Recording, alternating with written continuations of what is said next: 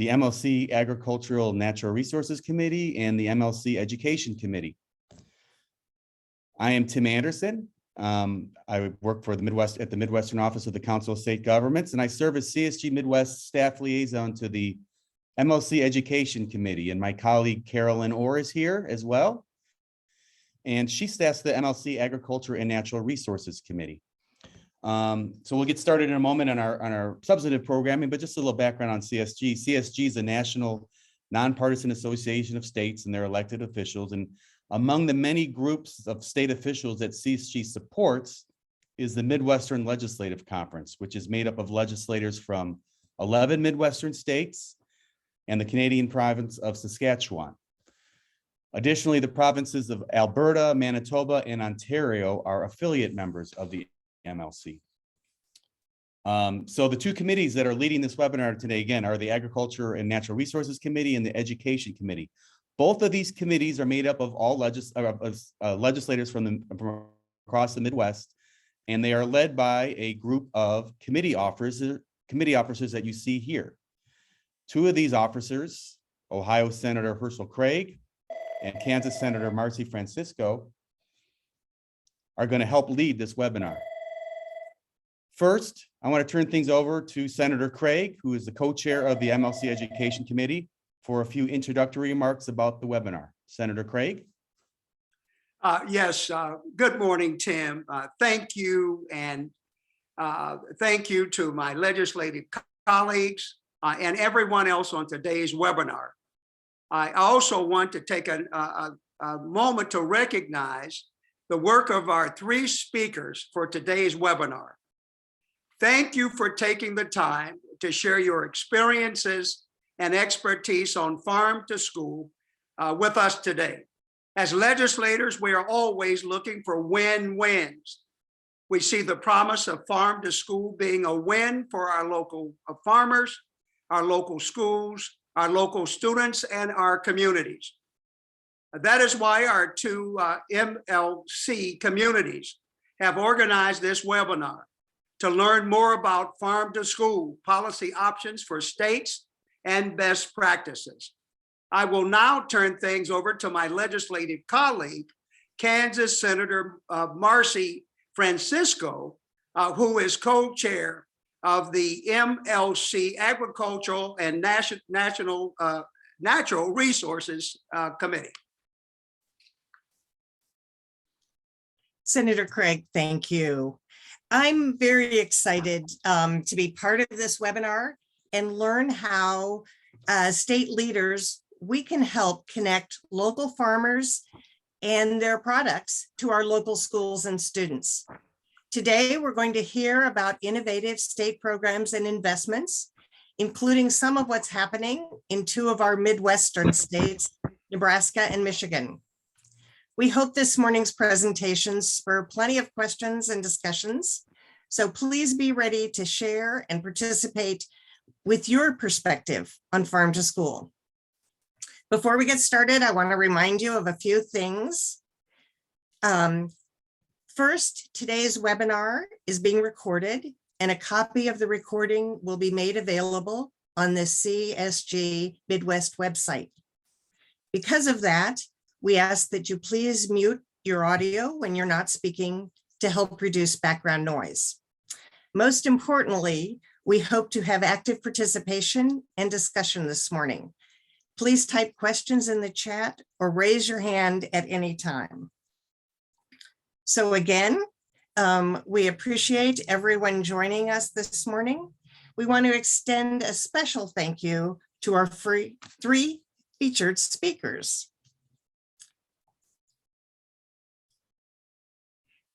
So Karen Spangler is Policy Director for the National Farm to School Network. Sarah Smith, Farm to School Specialist for the Nebraska Department of Education. And Dave Covio, farmer and owner of the Covio Scenic Farm Market. We'll start with Karen Spangler of the National Farm to School Network, an organization whose work is driven by its vision of a strong and just food system for all. The network tracks and advocates for state and federal policies on farm to school, the way kids eat, grow, and learn about food in schools and early care and education settings. Karen leads much of this work as policy director of the National Farm to School Network. Karen, thank you, and I'll now turn things over to you. Thank you. I'm delighted to be here. Give me a moment to share my screen and bring you all onto, let's see. All right. Can everyone see? Perfect. All right. So I'm Karen Spangler. I'm the policy director here at National Farm to School Network. And in that, I'm really happy to share today about innovations in state farm to school policy.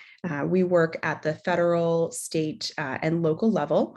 And in that role, we support our partners in the work that they do in schools and early care and education facilities in communities across the country. The core function as a national network is that we are a hub for information, for networking and advocacy. We connect people to resources on farm to school, things like curriculum, different kinds of winning strategies or best practices. We connect people to each other. We know that there are many different ways across the country of doing this work. And so the strength really is the people in our network who are making this happen every day with the kids and the producers that they work with. And we connect people to policy. One of what we're here to talk about today are opportunities for policy to support farm to school and support the transformation of our food system for the better. And that happens by people who are doing the work every day, having the opportunity to raise their voices in policy and talk about what works best for their communities. Our mission is to increase access to local food and nutrition education, to improve children's health, strengthen family farms, and cultivate vibrant communities. So when we're talking about wins on multiple levels, we really consider it to be a strategy, a set of practices that can meet that goal. Our call to action is that by 2025, 100% of communities will hold power in a racially just food system. So we see racial equity and addressing and dismantling the barriers in our food system as key to ensuring that farm to school is a strategy for equity. And that the communities who are and people who are producing, transporting, serving food to kids every day and kids who are impacted by our school food system are making the decisions and getting a say and actually getting the chance to have ownership of their own food system. So that's the lens through which we see all of our policy work. It's very broad, and we know that we're not going to do it alone. So we see ourselves as one part of an overall movement that is working to achieve this. As I mentioned, our strength is our network. We've grown over the last decade or so, over a decade that the network has been in existence. We have national staff. We have partners across the country in all 50 states, DC, US territories. And we have an advisory board that's made up of real leaders in our movement who come from a really diverse set of perspectives across the country and across representing different portions of the farm to school ecosystem. So why do farm to school? Of course, we have great pictures that are of kids eating vegetables, very bucolic pictures of people working in gardens. But really it is that when we do farm to school, kids win, farmers win, and communities win. And we say that because kids get the chance to engage with the food they're eating every day. And that improves their food skills for a lifetime, their abilities to eat healthier throughout their lives in the way that's best for them. farmers win, and I'll get a little bit into some of the benefits, and communities win in their engagement and the improvement in their schools and their food system. We consider the core elements of farm to school. So when we're thinking about what farm to school policy is, farm to school policies support one or all of these types of elements. So education, things like nutrition education, agricultural education, school gardens, especially we find that hands-on and experiential learning is very effective for kids and can support a variety of educational outcomes. And then procurement or purchasing changes or engaging with producers about where the food in school meals is coming from is the third element. So again, we find that one or ideally all of these are what we consider to be core farm to school activities that policies can support. We also mention farm to early care and education. And what that means is things like daycare, preschool, anything kids 0 to 5.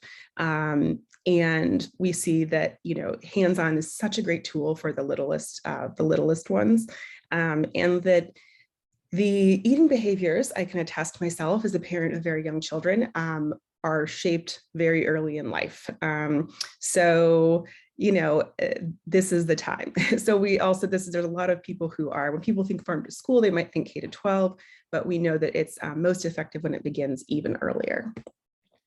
We have a whole fact sheet on the benefits of farm to school. Our program staff have done a great job looking at, you know, peer-reviewed articles from, you know, academics, other USDA officials on the impact of farm to school. So I'm just going to highlight a few of them. We really find that thinking about farm to school as an educational activity, but also as an economic activity. So for in places that had farm to school and actually procurement changes, there were up to over 2 additional jobs in the community for the economic impact when they were looking at these case study models, and stimulating, you know, over $2 of additional spending in state. So keeping money in local communities, thinking about that as a strategy for economic development, for producers, and the actual robustness of the community. One thing that also people don't often think about is the engagement with school food. Positive engagement with school food can create an increase in paid meal participation of students, teachers, and staff, which ultimately helps with the budget and the quality of the school meal operations overall. And then creating relationships with producers creates a more diversified farm sector where we have a better, more resilient network of vendors, distributors, producers, customers that we know that our agricultural sector needs to thrive. We have a lot of information on the public health benefits for children. So I just pulled out one highlight. There are many more, but we found that when students participate in hands-on and food-based activities, they triple their amount of fruit and vegetable consumption. So we know that that's something that is sorely lacking for most Americans, kids included. And so anything that we can do that has that dramatic of an impact is well worth investing in. We also know that that has ripple effects to the larger school community and to parents as well. We also find that it can be, especially the hands-on experiential learning, is a really effective way for kids to engage. So things like supporting STEM education and social emotional growth with learning, right? It's a great tool. And then finally, we have also benefits in terms of environment, right? Engagement with natural resources and the student awareness of that. And then promoting positive connections between the school and the community, the opportunity to engage students in talking about, you know, their own cultural backgrounds or celebrate their own family recipes in engaging with growing and making food. So we're part of a growing movement. We have partners, as I mentioned, in all 50 states, DC, US territories, and we've seen really an increase, a dramatic increase in interest in farm to school policies. One of the ways that we support our partners is through this state farm to school policy handbook. The most recent version was published in 2021, covering policies 2002 to 2020. We really focused on updating for the 2019-2020 legislative sessions. Provides an analysis of farm to school and farm to ECE policies, as I mentioned, and it includes introduced and enacted legislation related to farm to school. We also have some highlight case studies on specific states and specific issue topics that we find really helpful to understand, not just the examples of the policy language itself and whether it passed or didn't pass, but what was the context, what were the benefits, strategies, people involved. So we really encourage people to use this to learn about policies, to compare and contrast different types of policies across states, and to get access to the full legislative text in terms of the bill numbers so that you can see for yourselves. One of the tools that we provide for our partners in their state policy advocacy is understanding sort of the lift, right? So over on one side, we have sort of what the easiest lift is policy-wise, right? Proclamations and support, task forces, maybe early stages looking at working groups or databases, all the way over to things that require funding. So a farm to school grant program that would support those core elements, or a local procurement incentive that would actually incentivize through funding for schools or early care and education to buy local. But with funding is not impossible. So we did find that there are a number of bills that did pass with funding. So we can see that even though funding is always more difficult, it's well worth the effort. So we see that there in 2019 and 2020, we saw local procurement actually about an equal number of bills with and without funding passed. So that would be things like encouraging schools to buy local versus providing them funding to buy local. I'm going to provide a few examples. I know they didn't have to be strictly Midwest, but I'm a Michigander myself. I've only lived in DC for about 7 years. So I'm really happy with the chance to present today and to highlight some of these great Midwestern examples. So Minnesota, for instance, in 2020, most recently, they actually authorized some spending for enhancing farm to school markets. And they included this, this was part of their agricultural appropriations. So they, different states do it differently, where sort of in which type of bill it might be housed or how it might be conceptualized. This is really conceptualized as something to increase the market channels for farmers. And that's the policy number there. So people can access that if they're interested. In Michigan, my home state, we're an early adopter of local preference early on.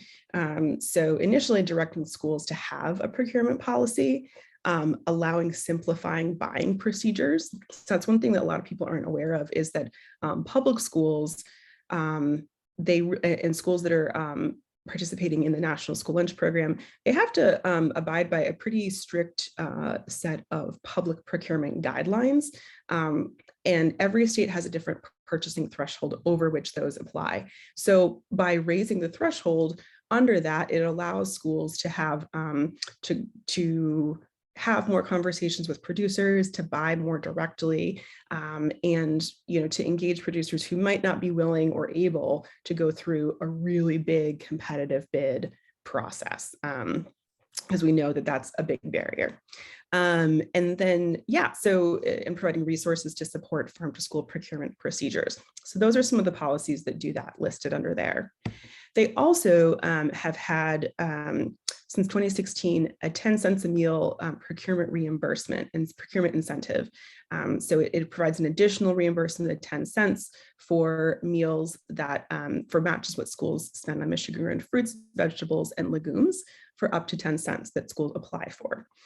The thing that was interesting is this is a type of policy that's been in lots of different states. What's interesting about Michigan's is they did it in a relatively limited geographic area first, and then expanded it over time. In my opinion, that's what allowed it to focus on supporting the schools in that region and the producers in that region with the sort of hands-on assistance that helped it succeed, versus having it be statewide and providing everybody a lower level of funding or a lower level of support, having it in a more limited area and focusing that funding and support to pilot it. In Iowa, most recently, they've really had consistent funding for a coordinator position through the local food and farm program. That's where their food corps staff are housed that help work on school food initiatives. They also had a lot of recent networking with philanthropy focused on the early care and education sector. And we found that this helped, that is especially helped with resilience during COVID, because it was top of mind, right? Iowa used CARES funding, actual aid funding from the federal government for local produce and protein grants for schools to purchase directly Iowa produce and protein. In the state policy handbook, I won't go through all of these bullet points, but we did include issue area topics, case studies on how farm to school and food policy can support tribal sovereignty, talking to native food leaders across the country who have worked in farm to school, looking at local procurement incentives, getting more in depth on some of those ones, like I mentioned in Michigan and elsewhere, looking at the sort of compare and contrast. And then looking at the state policy responses and challenges that farm to school has faced. And I want to highlight a case study, some resources that our staff have done that looked at this more in depth about COVID-19 response and recovery, and finding that places that had invested in previous relationships were much more resilient.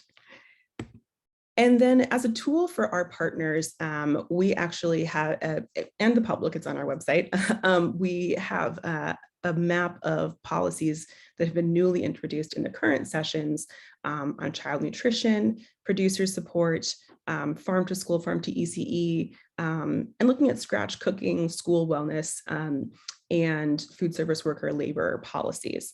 And this is so that people who are interested in learning what has been currently introduced in their state can be, they can connect or advocate for it or understand what's happening currently. So yes, that's our newest tool. So I will turn it over for questions. I'm going to stop sharing my screen. Thank you for the chance to present. Karen, thank you for that presentation. And before we hear from our other presenters, we do have an opportunity to open up the floor. Are there any questions in the chat or hands raised? Tim, Carolyn? One question that was raised about, you mentioned, Karen, about that you advocate on the federal level as well. Are there things that you what are some of the things you work on? Are there things that you're working on the federal level that might impact or help states with their assistance in farm to school? Yeah, sure thing. So we the flagship program is the federal farm to school grant program. And we actually have information on our website that I can also send to the group later that looks at the actual amount that every state has gotten cumulatively from the farm to school grant program since its inception. So we advocate for really robust funding for that and for support and technical assistance to make sure that schools can actually access it, because we know that applying for federal grants is not always easy, especially for schools without a lot of resources. So the other thing that we really engage in a lot is child nutrition reauthorization and the expansion of school meals, school breakfast, and early care and education through CACFP. So currently we've been helping to advocate for school meals for all and looking at options for universal free school meal service. A number of states, most recently California, Maine, have adopted those policies, but also a lot of states are going to be facing this as well, because the waivers that have allowed schools to feed everyone during COVID are going to expire on June 30th. So schools are going to be faced with trying to go back and get documentation and verification and cut kids off and do a lot of paperwork that, when they really are facing supply chain challenges and trying to get back to normal. So yeah, that's some of the other things that we advocate for. And I really think that could be, that's helpful. The other thing, there are a lot of federal grants that also where the state, like specialty crop block grants, right, where they can be used for education about fruits and vegetables for farm to school purposes. The state agencies or teen nutrition grants, for instance, state agencies are the ones that apply for that, but often they have to have, capacity or funding or encouragement to do so. And so that's another thing, is that, making sure that your state agencies have the resources to actually pursue federal opportunities is really helpful. Karen, there's one question in chat that I'll ask you, but before I get to that, could you tell us, I know when I've looked at your website and looked at the legislation, what is it? Is it maybe 20%, 30%? There is a significant percentage of states that have no farm to school policies at all. Do you have off the top of your head about how many states have done nothing? I actually think it's very few states that have done nothing. I think that how substantive it is varies from state to state, because I think that there are states where there's a high level of momentum and support, and I think that there are states where it's been harder, or it's harder to get traction, and so maybe going beyond a proclamation or a task force hasn't been successful. So yeah, I think that there's places where there's a lot of room for substantive policy support. I think it'll be good for us to hear from Sarah on how they finally got it done in Nebraska, because Nebraska is not a state that usually funds those type of things. So we'll have to remember to ask her that. We also have a question on that the network has 20,000 members. Are those farmers, teachers, school administrators? Who are the 20,000 members of your network? Yeah, so 20,000 is individuals, so people who are, yes, parents, farmers, teachers, school administrators, people who are just farm to school advocates in general. Our member organizations, we have over 200 partner member organizations that are like formal members of the network. And then MLA Brar from Manitoba has a question. Thank you so much, Karen. I really like the presentation. Thank you for the wonderful talk that you shared with us. I'm interested to know how this farm to school program attracts students or schools to participate. For example, if one school is on board, is it mandatory for all the kids in that school to participate, number one, or it's optional, you can opt to participate or not?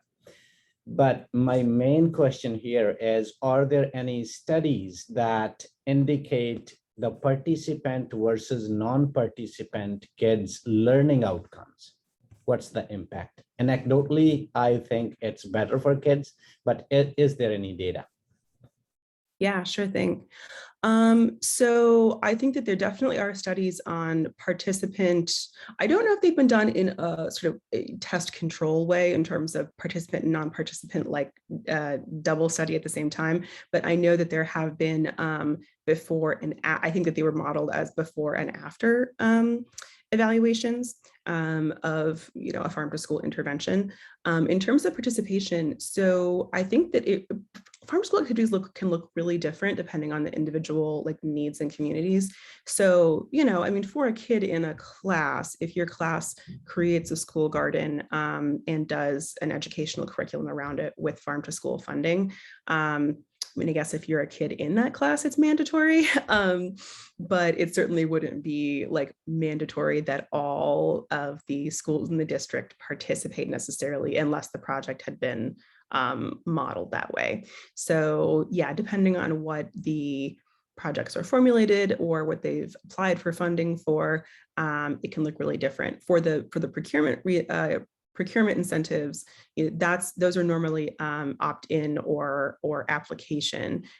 So basically, yeah, they're able to opt in, as I mentioned, opt in if it works for them, if that funding is helpful to them. And there is good evaluation on, especially in Oregon, when they transitioned to an opt-in system versus a competitive grant system, that really expanded because it made it easier for schools to do so. There has been some USDA research, MLA. I will find that research and put it in the chat, and also put it in our with the materials afterwards on the CSG website. But there is some research on the participation and its involvement. So I'll dig up real quickly those references for you. Senator Francisco, shall we move on? Yeah, and there is one. I'm sorry. I think we probably should go on. There's a few others in the chat, and we'll definitely get to them. But we probably should go on, I think, to get to Sarah and to David. Okay, and the good thing is they're saved in our chat, so we will get back. Karen, again, thank you. So now we're ready to hear from Sarah Smith. Over the past few years, the state of Nebraska has significantly deepened its commitment to farm to school initiatives. The person leading this exciting work with Nebraska schools and local farms is Sarah Smith, farm to school specialist with the state Department of Education. Sarah's going to talk about how and why her state is doing more to expand the reach of farm to school. Sarah, thank you for joining us today. Thank you so much, Senator Francisco. I'm really pleased to be here. It's a great opportunity to share about all of this traction that's happened in Nebraska. And it does dovetail really well off of what we heard from Karen with the National Farm to School Network. So we do have many stakeholders in our state that have really become increasingly interested and motivated to cultivate farm to school activity within their local communities. And so this increased commitment to farm to school is certainly not on behalf of the Department of Education or a single organization or an agency, which is something Karen had shared as well, but it really is grown from intentional partnerships. And we are very lucky to be moving forward with this activity in our state. This is sort of a busy slide, I will admit that, but it does show in a quick snapshot a lot of the different programs that have taken root in our state. And so I have coined some language at the top of this slide. It's the 3 C's that comes from the research-based work of the Vermont Feed, which is a nonprofit out of Vermont that has developed a model for a farm to school institute. And they have a guide for that institute in their model that's titled Cultivating Vibrant Communities, Just Food Systems and Healthy Kids. And so working from this 3 C's model, we look at how we can connect farm to school into the classroom, the cafeteria, and the community, which really helps to make manageable programs and make them impactful, but also sustainable, so that they're really integrated within the schools that pick up the model and our early care sites and within our communities as well. So we heard a lot of why from Karen, and I think that we're at a point in Nebraska where we're also really looking at the how and developing programs based off of our needs that we've assessed and also our assets. So we do know that in Nebraska, farm to school was really born about a decade ago. And we had a nonprofit organization called the Center for Rural Affairs that became a formal core partner with the National Farm to School Network. And so that's when the state finally really had access to communication channels with other farm to school practitioners in states across the country, and then access to this great research and a resource hub and national trainings. So then between 2012 and 2016, when my timeline here starts, there were some funding streams, and like Karen mentioned, the specialty crop block funds and USDA farm to school grants, and those were awarded to various Nebraska partners. And that funding did allow for certain programs like working with a cohort of schools and providing technical assistance for farm to school activity, and some training for school food service staff for scratch cooking and procurement of local produce. But this funding in that time period was really quite inconsistent. And when you're working from those grants, you are working to meet grant deliverables that are pretty prescriptive and not necessarily building from that sustainable and strong foundation that can be working from definition of where your assets and your needs are in your state, what you actually have to really work with beyond what those deliverables are. And so as that funding stream grew thin, there was less capacity for our efforts to grow and to really support our stakeholders. So you can see though that we weren't stopped in our state from developing programs that were impactful for schools and that schools could pick up on. So I'll go into more detail as we move forward. So a quick look here at the policies that we've seen in our state, just to briefly review it.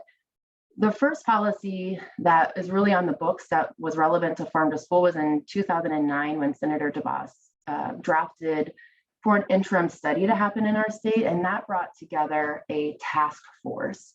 And that task force was to identify the potential for farm to school in our state and what was needed to move it forward, and then to provide recommendations. And so that task force did make recommendations, but there was no position in place to really move forward with those recommendations or provide a foundation to leverage from. And so in 2020, Senator Brandt in Nebraska accessed that interim study and chose to do a second interim study in our state. And so that was LR 337. And that was really, again, to look at the feasibility for farm to school in Nebraska and what would help move it forward, what was already happening, and who were the players to help grow capacity. And so that task force as well, which was experts from different agencies, the field of agriculture and our education, they worked together to build the resources, information in that report, and then provide recommendations. And that moved into LB 396, which was the Nebraska Farm to School Program Act. And that was a recommendation made by that 2020 task force. And so that meant that that stated that the State Department of Education would be charged with employing a coordinator to administer a farm to school program statewide and identify and promote that program to local communities and help them understand how to participate in farm to school, to strengthen their own strategies and plans, and then administer a program at their level. It also leads for establishment of partnerships across agencies, but all stakeholder groups, and to provide leadership with schools to really improve their child nutrition programs and use of local foods. That position is also charged with conducting trainings and continuing to seek additional funds so that the capacity can exist beyond the State Department of Education and grow with expertise in other areas as well. And just a quick note that we did pass LB 758 with no opposition this year, which was really to amend LB 396, which had unintentionally with the statutes excluded early care and education. And so in this past, in 2022, LB 758 was just explicitly stating that early child care can be included in the benefits of the Farm to School Act. And so those recommendations from 2020 were to actually fund 2 full-time positions, and we do have the 1 full-time position, which I currently sit in, and then also to establish a statewide network. And that network would be established also by the legislature, but administered by a state department, and would create further collaboration between individuals and organizations to further institutionalize farm to school in Nebraska. So we don't have that second recommendation officially, but it is a priority for us in Nebraska, and we currently have some grant proposal out. We're waiting to hear back on whether or not it will be funded, but it is something that we're working to do. And so I wanted to just share about a couple of programs that have been made available in our state. And so it's starting really at the front of our timeline from 2016. And this is a unique program that nationally, actually, that I'm really impressed with how this has fit the needs in Nebraska. So Greenhouse to Cafeteria launched with some foundation funds in 2016 by the Center for Rural Affairs. And so they've worked with pilot schools since then and provided some mini grants for the ag programs at schools to really integrate edible food growing in greenhouses and sourcing that into the cafeteria or possibly selling that into farmers markets. But getting these kids involved where they're growing the food and moving it through to the buyer or the user, which engages the full school when those kids know that it came from their peers or the high school students. And it gives them additional attention to ag education and FFA programs in general. And so they've developed a toolkit and an awards program, and currently it's growing with more of an established partnership with the Department of Education now, with our Career and Tech Ed department, with our ag education and FFA, and also with Nebraska Extension. And so we're hoping to see that the curriculum, the toolkit will also have some curriculum developed that helps meet our state standards, and that it becomes a really easy thing to pick up and run with in our state. So we have lots of ag programs and lots of greenhouses. So it's been a good program for us. Oh, and I will share just quick that this was the example here is from Omaha Nation Public School, which is a tribal school in Northeast Nebraska. And they, on this bottom picture in the middle, that's a 7-acre plot of land where their students are growing right now this summer. And they're working to source it into the cafeteria.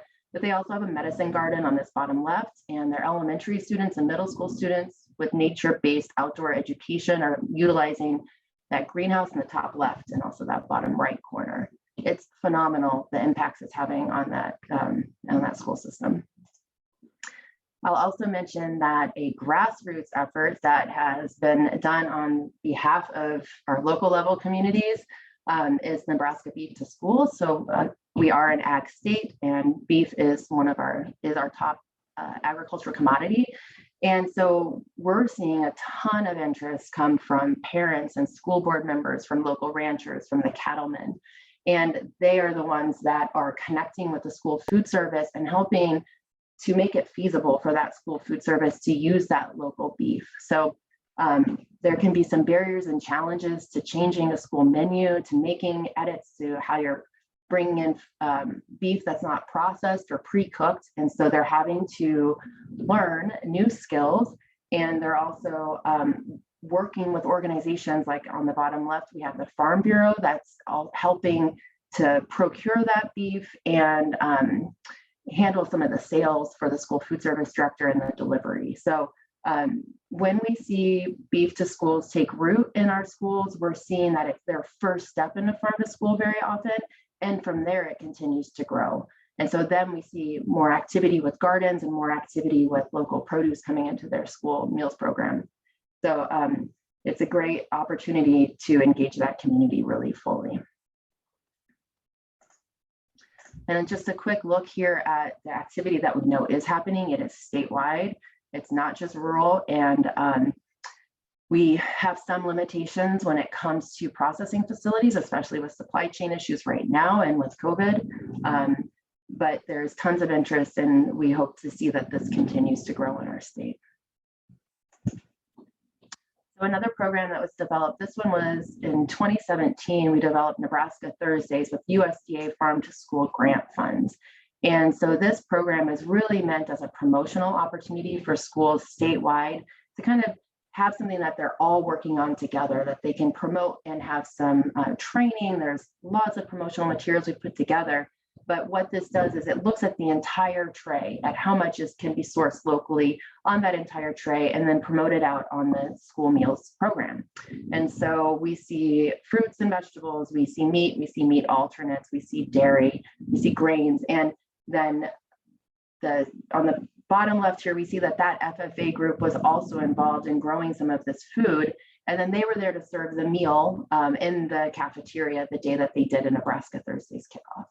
And that bottom right is a picture of Meadowlark Hearth out in Scottsbluff, Nebraska, that came in to help Gearing Public Schools actually process these peppers, and then that farm took seeds back with them.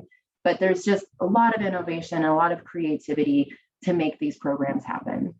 But Nebraska Thursdays is statewide, and it really does help our child nutrition programs to promote farm to school and engage the staff and the students alike. Harvest of the Month is a program that is available in so many states, and it's done differently and it's done well in many states. So I would recommend that you see if it's something that's available in your state. But ours was funded by Specialty Crop Block Funds and has been intended for K through 12 schools. We're right now, we've received more Specialty Crop Block grant funds, so we'll be modifying the curriculum that we currently have for early childcare facilities. So we're excited that after school programs can pick up and use this, and there's a lot of resources and education available for prepping this food, recipes that feature these local products that are available in our state, and then also that they can taste test with these kids. So you've got that hands-on component, that experiential education component too, and it's working. So we're hearing a lot of stories. We have, like Karen mentioned, Team Nutrition grant funds, that's USDA federal funds available to our state. So we're actually expanding our program right now to include beef and bison, which wouldn't have been available through specialty crop block grant funds, and a couple other items. And then we have a whole other chapter and component that we can build on from here for tribal efforts. So we're in the process right now of developing Nebraska Harvest of the Month Indigenous Foods. And so we'll be integrating into our current materials food sovereignty topics and tribal efforts and lots of stories from the tribes that are within our state.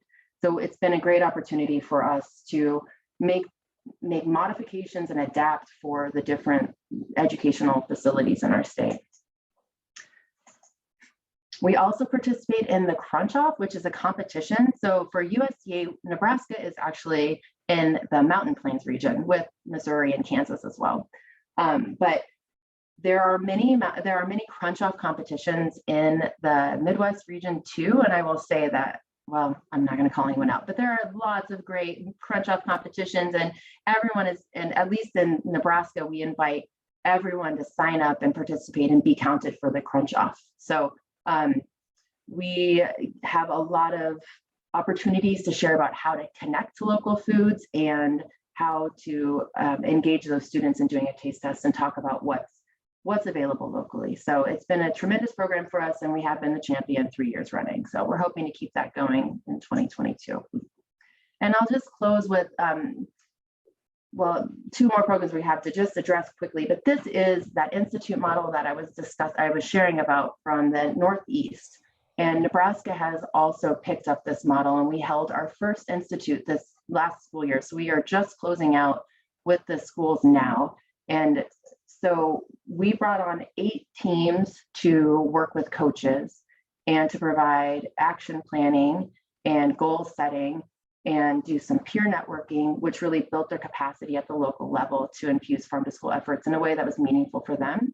So we're writing impact reports now, and we've been able to hear their stories at the close of this year. And it's just, again, like at that school level, it's unique and innovative what they're doing. There's chicken houses, there's Harvest of the Month being enacted, there's Nebraska, they're picking up these programs and running with them. So we're hoping to, this was funded by USDA Farm to School grant funds. So we're in the process of considering how we can sustain this program, because we have our evaluation back and we know how beneficial it was.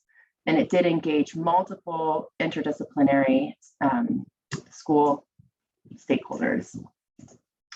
And lastly, we have funding right now also through USDA Farm to School grant funds to be hosting local producer trainings called Bringing the Farm to School. And so we've hosted one in Omaha, and we'll be planning one next with Winnebago up in the Northeast Nebraska area for tribes. And this is, we've already heard back from the Omaha training that sales have been made from the producers that attended to some of the schools in their areas. So this is a good opportunity to educate on how school meal programs work and some of the methods for meeting their needs and building those relationships, which I know we're about to hear from a farmer in Michigan, which will be good to hear that story as well. So there we have many programs that have been made possible by partnerships and programs that came from multiple resources. So thank you so much for having me. Sarah, thank you. A reminder to everyone, if you have questions for Sarah, please put those in the chat. We'll open up discussion after we hear from our third presenter, David Cavio. He's been an active participant in Michigan's Farm to School program. The state of Michigan is considered a national leader in farm to school policy, and David is going to share his experiences with this program as an agricultural producer. He's the owner and manager of Cavio Scenic Farm in Petoskey. David is the 5th generation in this 148-year-old family farm, which now grows certified organic vegetables and flowers for the local regional community. So David, thank you for joining us. Thank you, Senator Francisco and Senator Craig. It's wonderful to be here. Can you hear me okay? Yes. Yeah, wonderful. Well, it's wonderful to be standing here talking as well as a farmer. So I'm one of those guys who's truly the farmer in the room, not representing the whole state or the region, region, but how farm to school has impacted us as farmers and our local community, to give you that insight of some of the details of what we've observed over these years. So I run Covey Scenic Farm. I'm up in Petoskey, Michigan. So for those of you who know your Michigan geography, it's the mitten state, and we're at the very top of that mitten, far from large your metropolitan areas and large markets. And as a farmer, that's a big disadvantage, unfortunately. As a grower, we have beautiful settings and beautiful fields, all smaller, which limit us from being able to grow at the commodity level scales that many other parts of the country are allowed to have. So I've grown up on this farm. It's been in my family since it was homesteaded. I'm fifth generation, going back to the 1870s. And realistically, when I was growing up, it was a commercial commodity farm. We were growing cereal grains, selling it into all the dairy farms and the other farms in the region who were growing, which unfortunately now, since the 1980s to 90s, most of those farms in this part of Michigan have gone out of business. They're grassy fields. I think the dozens of dairy farms we have now, we have one in the county still. It's been a real tough time for farmers in this part of the country to be economically viable. And the ones I know who are still farming really have a job off the farm that's really paying for their addiction to staying in the farming business. So, but I don't work off the farm. My wife doesn't either. And we have decided 20 years ago, hey, I don't want this farm going out on my watch. We have to do something different. So we started transitioning to growing produce and vegetables that we sell to the local community. And it's been a 20-year project of growing a little bit of everything. So unlike some farms that are really focused on just growing a couple crops, we grow the full spectrum, and we're selling it to the local community. We have a 330-acre farm, and I've got about 30 acres and we're certified organic. So under certified organic vegetable production, we use a lot of season extension techniques to extend our season so we can grow earlier and extend later into the fall, because we're north of the 45th parallel. It's cold early and it's cold late, and this allows us to just grow more produce for a longer period of time. The real challenge then is, where do you sell when you're in these smaller communities and you're relatively a smaller farm? We have an on-farm market that's been really a draw in our area. We have a CSA program, which is a program where a person can buy a membership to a box of produce all season long. They can come out to the farm and pick up a box of freshly picked produce. So that's what the boxes are in the right-hand picture. And that's been successful. So for one fee, a family can get a consistent weekly share of what we're harvesting that varies week to week. We created another program that has been really popular. We call it open market. And this is a model here where a family can come into our farm any day of the week, as often as they want, and take all the produce that their family can consume for one fee. And it's really changed and opened up our minds to how many people want to eat healthy but can't afford it. How many families with kids choose to say, hey, I want to have produce being a bigger part of my family's diet. And so that program's been hugely successful, really built on a trust model.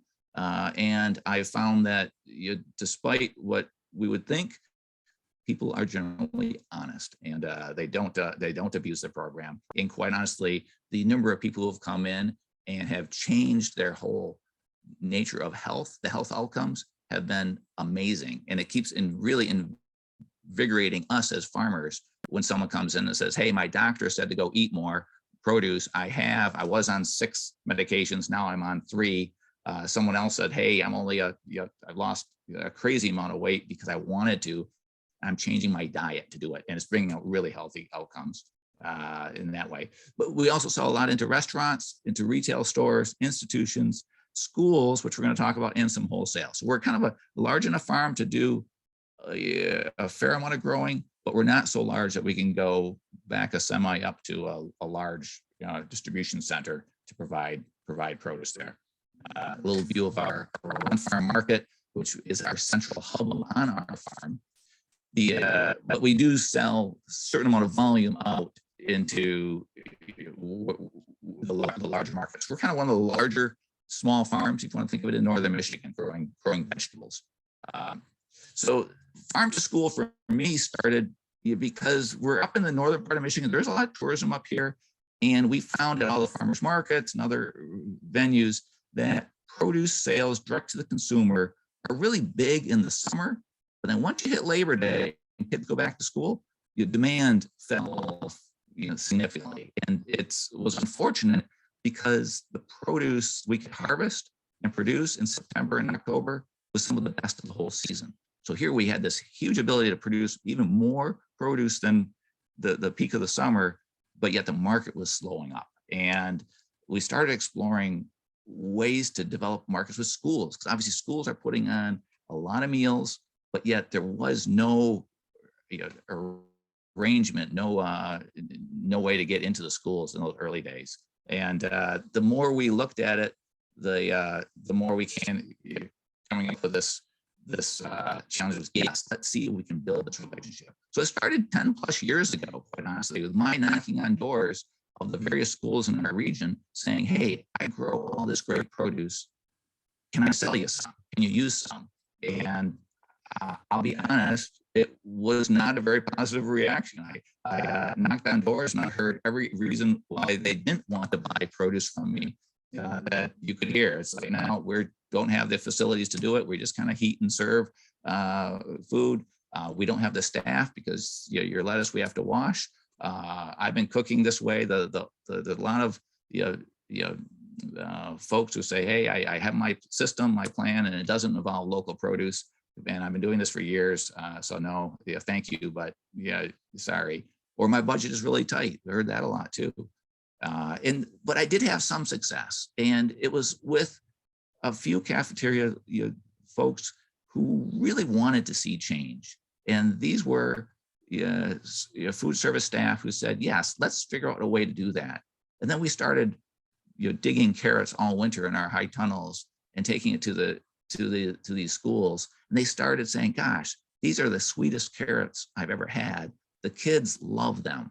And all of a sudden they started saying, well, let's cook with your winter squash. We can slice it this way, very little prep. We can bake it easily. It's not going to cause a hardship on labor. Let's do this. And it was like success after success after success at a couple of these schools. And it started just saying, yes, there is a model here, but on the whole, it wasn't one that everyone was on board with. And so we kept working and working and working to get more and more produce into the small amount of schools we could. But then after that, something wonderful actually did happen here. The more funding started going into the school systems, quite honestly. The Michigan Department of Health, who was pretty active here in the northern part of the state, gave out small grants that they had, and I don't even know the stream of money, I should say, and I probably should, for schools to buy kitchen equipment. They were putting in salad bar lines to allow the schools to actually have salad bars versus just the processed food they were used to. Buying food, lettuce spinners to dry lettuce, remote like food carts, because they were starting to put programs together that would take the produce of the month, the vegetable of the month, and then, for instance, in our case, roasted cauliflower in October, and then roast it, put it on a small food cart, and have a parent group as well as others go room to room to room to encourage and entice all of these younger grade school kids. It was something called Try It Tuesdays, to try the produce, and invite farmers like myself or my wife to come in and meet the kids in the classroom and be able to say, hey, here's the person who grew that cauliflower. We cooked it. Now everyone try it and tell me, did you love it? Did you like it? Or is it just okay? Or just tried it. And it was a great environment of actually engaging with kids and seeing so many kids who had not really even tried roasted cauliflower before. And once they did, said, oh, this really is good, and loved it. And all of a sudden that momentum really started building. Michigan 10 cents a meal, which was referenced earlier, I think was huge on that, because it took those few leaders out there, I would call them, who were really trying to work to get food into the classroom to say, hey, now there's some financial motivation behind it. Because for every meal in Michigan, and this 10-cent started up here in the northern part of the Lower Peninsula in Traverse City and the Groundwork Center, and some of these really good leaders that were in Michigan, at least, were really trying to make this happen. And it kind of just spread when schools started learning, hey, I can get some dollars to buy fresh produce. All of a sudden, more and more schools got on board. And as it rolled out, it became more and more of a way to get really healthy produce at no cost to the school. And it really blossomed that way because a lot of school leaders wanted to do it, but didn't know how to do it or didn't have the funds to do it. And that program was huge in making it happen. So now in Michigan, those blue dots represent the school districts where Michigan 10 cent is taking place. And it's easy because some of these schools, they don't have the staff, but cherry tomatoes. And we grow hundreds and hundreds of pounds of cherry tomatoes, and the volume is huge in September and October. I don't have a market for it. Now I do. And we're working over like 10 schools now in the area. And every week they're coming in saying, hey, I want more and more of your produce. And they're seeing the difference in quality. We're also seeing the fact that schools are now saying, hey, I want to cook with your produce. The school district that I struggled for 4 or 5 years, quite honestly, to get them to take anything, now gets all of their produce from local farms, not just myself, but a number of local farms, all their vegetables. And they're saying, hey, I want to actually start cooking now. Before it was a lot more heat and serve and processed foods. They're actually saying, I want to get back to cooking and doing more and more locally. And for me as a farmer, that's huge because I'll be honest, up here in our region, I think it's probably true for much of the smaller communities. We need avenues to sell our produce. That's what we really want, is someone who says, hey, you grow a great product. I want to buy it from you. And if you could find more ways for someone to say, I want to buy your produce, then we can grow it. And if we looked at the USDA statistics of the income of most farmers in northern Michigan, it's not far above negative, in all honesty. And that's the sad part of it. So here is an opportunity. Anything we can do to get the ability for farms to grow more and get it into the classrooms, it's a win-win. And the engagement with the young kids has been immensely wonderful too. It goes beyond this, just there's food to eat. It comes down to understanding how their food was grown. And we've had kids come out with tour trips, not just to pick a pumpkin now, but to actually see how we grow food, to walk through a pepper field and say, hey, this is a pepper. You pick it up and eat one and try it and how sweet it is, or to pick a cherry tomato, or to know that potatoes are grown underground. It's kind of like novel, and it's kind of shocking to me that so many people don't know this, but yet how informative it is that we can actually change the culture of understanding of how our food is grown. And that's probably the best part of it, is seeing so many kids who have not even had that experience it, and then become, I don't know if you would call it advocates for it. Because coming back into our market now, we'll see so many young kids come in and say, I want those, whatever else, those cucumbers you grow, Mr. Covey, are wonderful. I love it.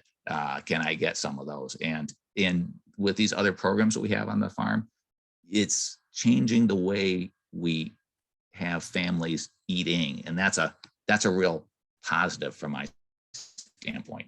And there's more education going on than we probably appreciate by getting food into these schools. And the community gardens that were mentioned before, we just last 2 days we've been working on two new schools doing community gardens here. So we grow the vegetable transplants and get them out to them. So they're building again these gardens where kids can then experience growing and seeing what food looks like when it's growing. Let me take another side turn here to talk about another way we got food into schools, which was not expected. COVID created a lot of challenges for all of us as a nation, but it also created some opportunities for us as small farmers. And when our restaurant sales basically went to nothing in 2020, we kind of were one of the few small farms that kind of lobbied and said, hey, let's get into this new program called Farmers to Families Food Boxes, which is a box of produce that would be delivered to food pantries for distribution to people who were in need. And it was an absolutely great program. We were able to put together nearly 18,000 boxes from our small farm.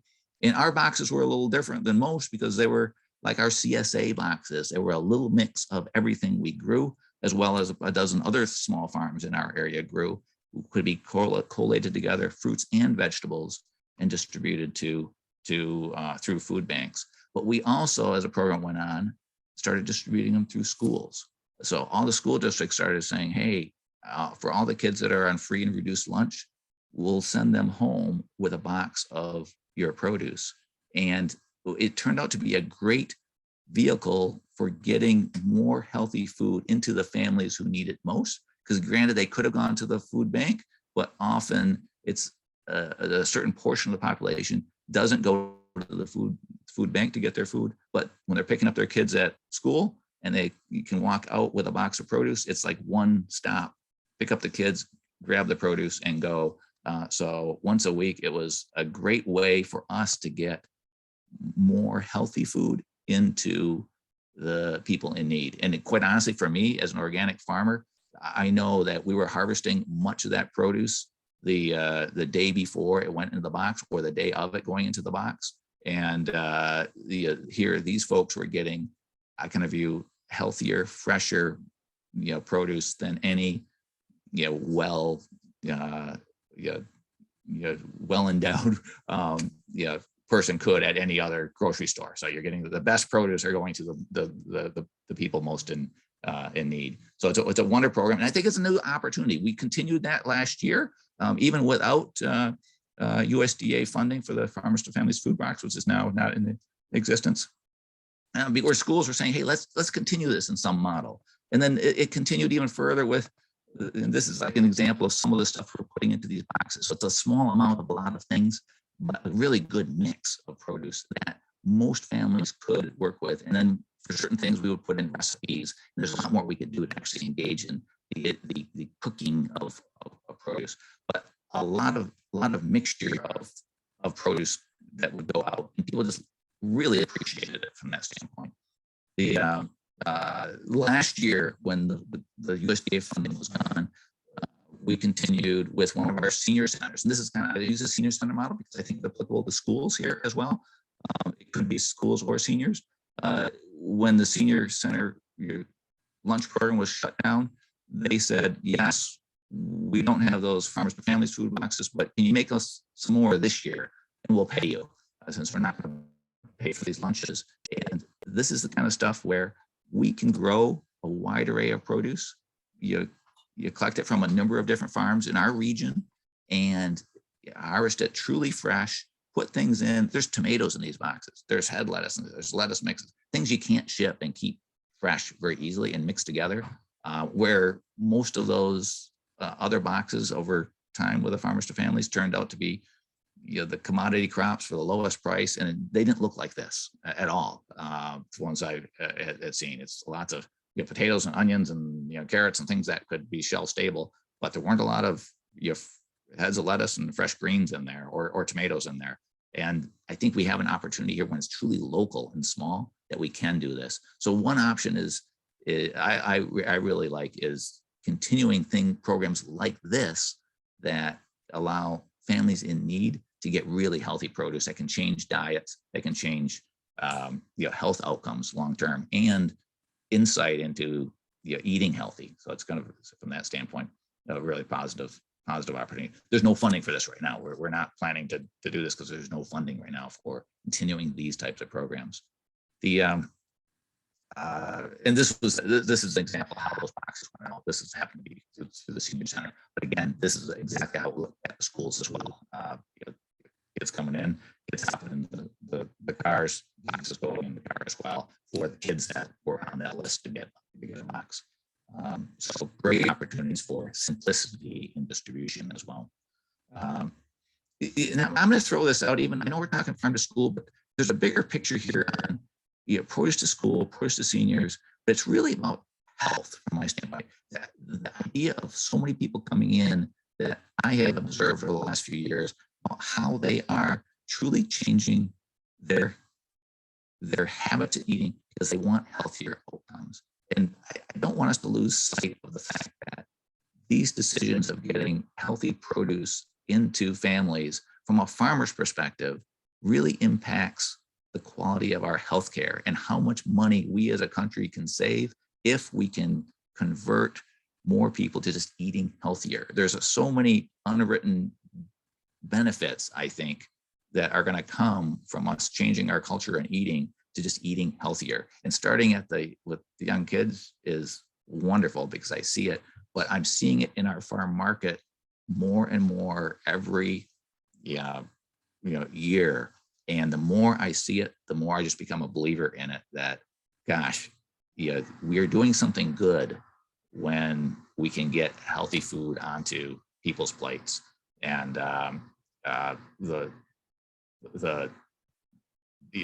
from my perspective on the ground, I just wanted to share that. That's a huge part of it. And this is my last plug, if you will, for nothing to do with farm to school, but you can read through it. It's just produce to health. So we started with farm to school. We're doing a lot of stuff for farm to seniors, but now my whole focus is, gosh, we need to do more to get produce as a means for really healthy outcomes in our medical community. And there's another opportunity. It helps kids, but it helps the whole family. And how do we actually go about doing that? And I welcome the bright, creative leadership in listening to this call to tackle that one as well, because I think we've got a lot of opportunity there to make a difference in a positive way, but a positive way for the kids, but also let's not just cite a way for more farmers to stay farming. There's more farms up here in this region now than 10 years ago who are growing produce to sell directly to the public. And we need to keep increasing that demand because the demand will increase better outcomes all the way around for kids and others. I hope that helps. And thank you for willing to share that with you. David, thank you. We've heard very helpful and insightful presentations from Karen, Sarah, David. So let's open it up now for questions and discussion. Again, at this point, you can send it along to the chat or you can raise your hand.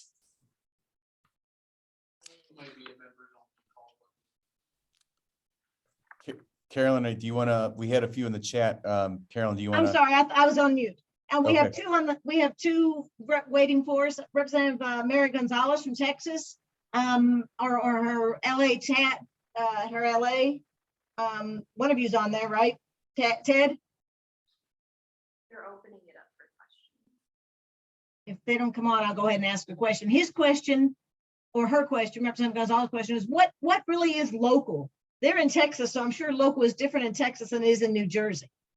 But the question is, what really is local? And so Karen or one of you, would you like to mention what you think of as local in these programs? Sure thing. Yeah, there's no statutory definition for local in general. We find that it, as is highlighted, it's really different from region to region. So it can be within the state, that's a popular definition. Another one is between 250 and 400 miles, like for example, in Minnesota, 250 is more common for produce, 400 might be more common for protein, especially in winter, or other products in wintertime. And, as Sarah highlighted, basically, there is a wide variety of products that can be sourced and stimulated through local procurement.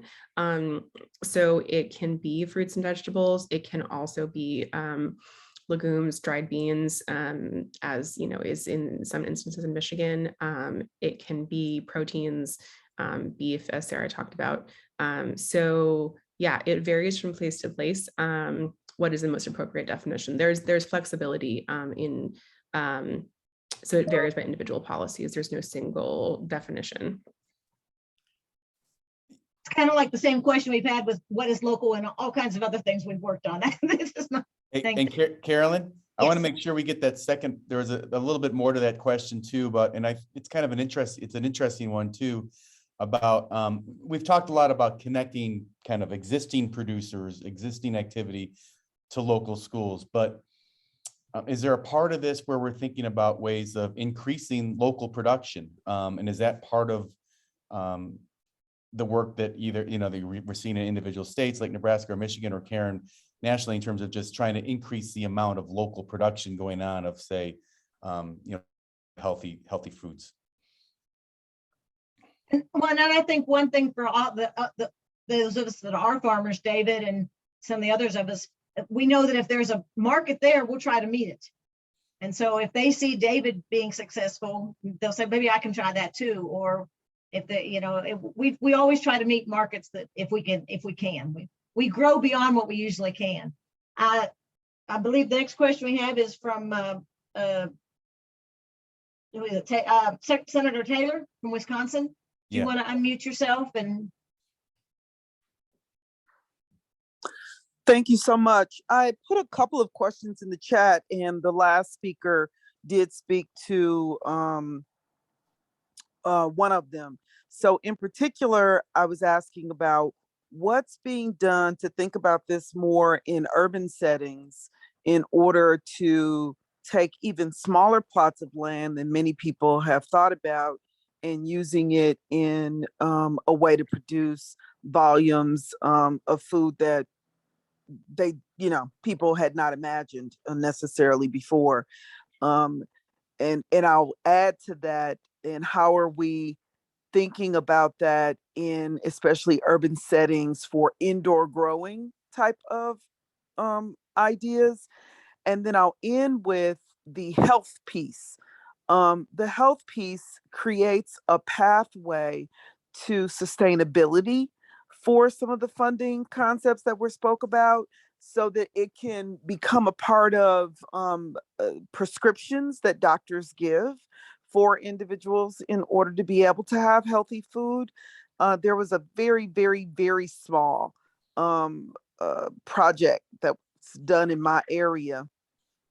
And I've had just such issues with getting both. I tried for the last 2 years with my governor to get them to see how using health and agriculture and entrepreneurship coupled together would create both help for mental health, help for health outcomes, and food deserts, so many other issues. It's a challenge there, even in a state, where agriculture was or is our number one industry, but even a greater challenge locally for individuals to see, one, that you can grow.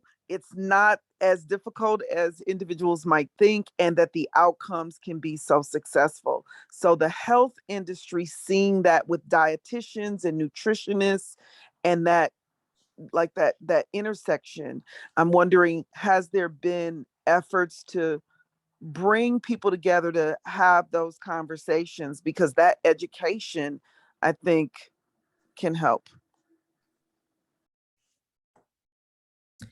Yeah, I'll say on the policy level, I'm not familiar with the state context as much, but on the policy level, certainly there's, on the federal level, there's certainly an effort to demonstrate the benefits of food as medicine and produce prescription programs in particular. I'll say also, I think that, you mentioned urban agriculture and urban cultivation. So definitely a lot of farm to school funding sources can be used for projects, and a number of our partners are, for instance, like community organizations that work in more urban areas on hands-on activities with kids, or in urban agriculture projects in general. I will say also USDA just recently increased its funding for the Office of Urban Agriculture. So USDA now has a dedicated office that is supposed to connect urban producers to the services and resources of USDA. So that's also an area to look, so that they can be able Can to you access those resources more Can easily. Can you share that information, not just in the chat, but maybe can that get shared with us by email in the same way of signing up for this webinar was? And if anyone Sure thing, yeah. has the information that the USDA was doing to create nutrition program concepts in schools to help with agriculture growing, if anyone knows about that, that I would love to get that information also. One thing we can do, Senator, is put a list of resources on the link for the webinar. You'll get a copy of the link for the webinar in your email, and we'll include on that on the MLC website some other resource links for you. Is that would that help? That would be great. That would be great. I broke my ankle, so I am not doing a bunch, but I had to do this because I've been talking about this topic for like the last 10 years. I feel like I'm a salmon swimming upstream trying to get people to understand. And so it really was exciting to participate in this and to hear this and to say, oh my God, there are people who understand what I've been saying and it's working everywhere but here. So I want to use that to continue my efforts. So thank you. Thank you. Senator Taylor, I just want to add, I really appreciate your comments about health and also trying to find land in an urban area. And I've put in the chat and will ask also in those additional materials, a link to Growing Food, Growing Health. That's a program in our community that really uses the land on school sites. So again, lots of our schools have some additional land. It's great to have that become gardens.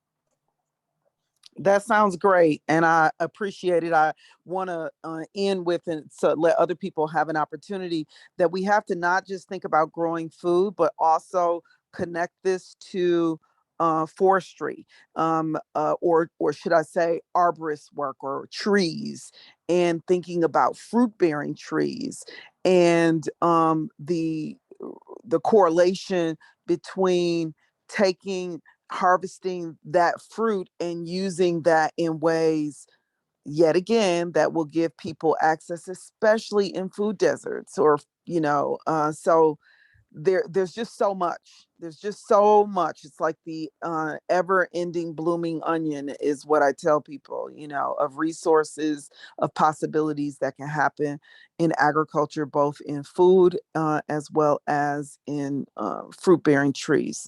Thank you. I think Senator Taylor and I have always agreed that there's no limit. We could take this any direction anybody wants to do. Representative Hammond, who I will recognize as our other co-chair for the Agriculture Committee, has a question, has her hand up. Thank you, Carolyn, and thanks to all of the presenters and to Senator Craig and Senator Francisco. Appreciate very much. Just more of a comment when we're, I think part of the key to all of this and having this coalesce between education and ag and natural resources is huge. And the key to all of this, I think, is getting the ag into the classroom. And, we here in Illinois and with working with Farm Bureau, we have those programs, the ag in the classroom programs. And it's so important to start with the children and give them the appreciation for all of this. And if they have the opportunity to participate in hands-on growing, it's even more important. And then to have the benefit of tasting what fresh vegetables and fruits taste like, and seeing those in the grocery store and knowing that's really good. I'd like to try some more of that. And I think that's going to be key to the success of getting this off the ground, if you will, and shame on us as a country for taking so long. But thank you all. Appreciate it. Thank you, Senator Representative Hammond. So I wanted to thank everybody for this wonderful participation and highly active webinar. I really think it's exciting when we can give people new ideas to go in new directions and new things to invigorate our economy and our health, and in this case, our kids in the future. We will try to pull all these together as a resource list for you and put it on the website, the CSG Midwest website, where this webinar will be listed. It's easy to find on the new website. You just go to past events and it'll pop up there and you can click on it and you'll get all these. And because everybody's put a bunch of different ideas up there in the chat box, I know you probably didn't write all those down, so we'll make sure those are all accessible to everybody. So I wanted to thank everybody. Before I forget, the most important thing to remind you is that in July 9th to 13th, not the 10th as it says, although that is the official start, July 9th is when we have our ag site visit.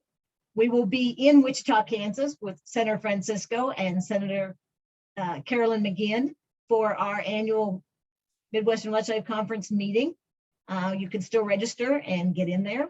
We also have a webinar coming up on June 10th on the air in schools, state policies and opportunities to improve air quality in schools. You can go ahead and register at CSG Midwest for that right now. There's also an article featuring Nebraska farm to school efforts. That's how we started talking about this. And that was in the March 2022 State Line Midwest. And we can make sure that's available as a resource as well too. So Senator Francisco puts in the chat, please join us in Kansas in July. And we're going to have dinner at Senator Carolyn McGinn's farm on Saturday night. So they can all join us for that, right, Senator Francisco? Yes. So I want to thank you all again. And if you have any additional questions or comments, please contact Tim or I. We can put you in contact with these speakers. Carolyn? And yes, Tim. Carolyn, this is Senator Craig, and I just wanted to take just a few minutes to certainly thank you, to thank the Council of State Governments, the Midwest Legislative Conference for the opportunity to facilitate with Senator Francisco on this important conversation. I am extremely excited about what we've heard today regarding our Farms to School program. Columbus City Schools has 45,000 students, which is a critical resource in their daily lives. And I appreciated very much the public-private partnerships as they confluence around this important matter, because it is about healthy nutrition and healthy choices for our children, which will have a long-term implication on the health of our children. So thank you so much for the opportunity to be with you today. Thank you, I'm Senator. sorry, I want to add one thing. It's not just the health of our children. It's going to change the Medicaid, Medicare costs in states. And that has to ultimately be a part of the discussion. It's going to change one of the #1 drivers for cost in our states when people can eat differently. Yeah, I fundamentally and categorically agree. Very much so. Thank you. We love it when everybody agrees. We all agree that this is a great idea, and it's time has come for every state to look at it more seriously and move the next step beyond where they currently are. So, Tim, we want to thank everybody. I really want to thank our speakers. I mean, Karen, Sarah, and David did a wonderful job, and I know they put so much work in it, and it showed. We really appreciate the work they did. So. And thank you, everybody. And we hope to see you all in Wichita. We'll hope to see you June 10th on the air and in Wichita on July 9th. Thank you. Thank you all. Thank you.